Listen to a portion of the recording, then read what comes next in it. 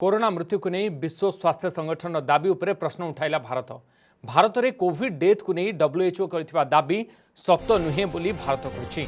WHO data संग्रह प्रक्रिया को नहीं केंद्र स्वास्थ्य मंत्रालय प्रश्न उठाइबा सहित यह संपूर्ण भाव में अवास्तव बोली कही। एक रिपोर्ट रे विश्व स्वास्थ्य संगठन कहिथिला भारत में 2020 जनवरी 2021 डिसेम्बर मध्य कोरोना रे 47 लाख लोक प्राण हराई।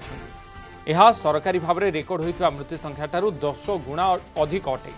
भारत में सरकारी भाव में कोरोना मृत्यु प्राय 5,20,000 रेकर्ड रही। सेपरी विश्व में कोविड रे प्राय 1.5 कोटी लोक प्राण हराई बेले केवल भारत में मृत्यु संख्या 1/3 बोली रिपोर्ट रे कहिथिला डब्ल्यूएचओ। तो मेरा यह मानना है कि ये डेटा ठीक नहीं है और इसके 3 कारण हैं। एक कारण तो ये है कि हमारा एक बहुत अच्छा एक सिस्टम है बर्थ्स और डेथ रजिस्ट्रेशन का, आरजीआई का। वो कई डिकेड से चला आ रहा है और उसमें डेथ्स और बर्थ्स बहुत अच्छी तरह से रजिस्टर होती हैं। अगर हम वो डेटा भी देखें तो उससे इतनी ज़्यादा एक्सेसिव डेथ्स नहीं है।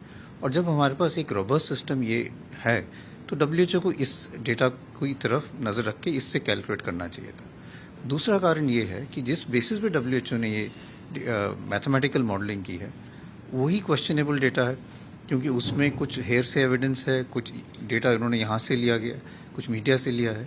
जब आपके पास रोबस्ट ऑथेंटिक डेटा नहीं है तो आपकी मॉडलिंग जो है वो ठीक नहीं हो सकती। और तीसरा कारण ये है कि India has a very liberal policy कि जिनको भी कोविड डेथ्स हुई हैं उनको हम कॉम्पनसेशन दे रहे हैं। भारत सरकार ओपनली कॉम्पनसेशन दे रही है। इसलिए अगर किसी की भी कोविड के कारण डेथ हुई होती तो वो ज़रूर आगे आके कॉम्पनसेशन लेते, उनके फैमिली मेम्बर्स आते।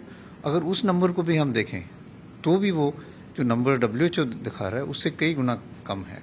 इसलिए मेरा मानना है कि अगर हम ये तीनों चीज़ों को ध्यान रखें तो डब्ल्यूएचओ का जो डेटा वो प्रोजेक्शन है उसमें कोई सच नहीं है।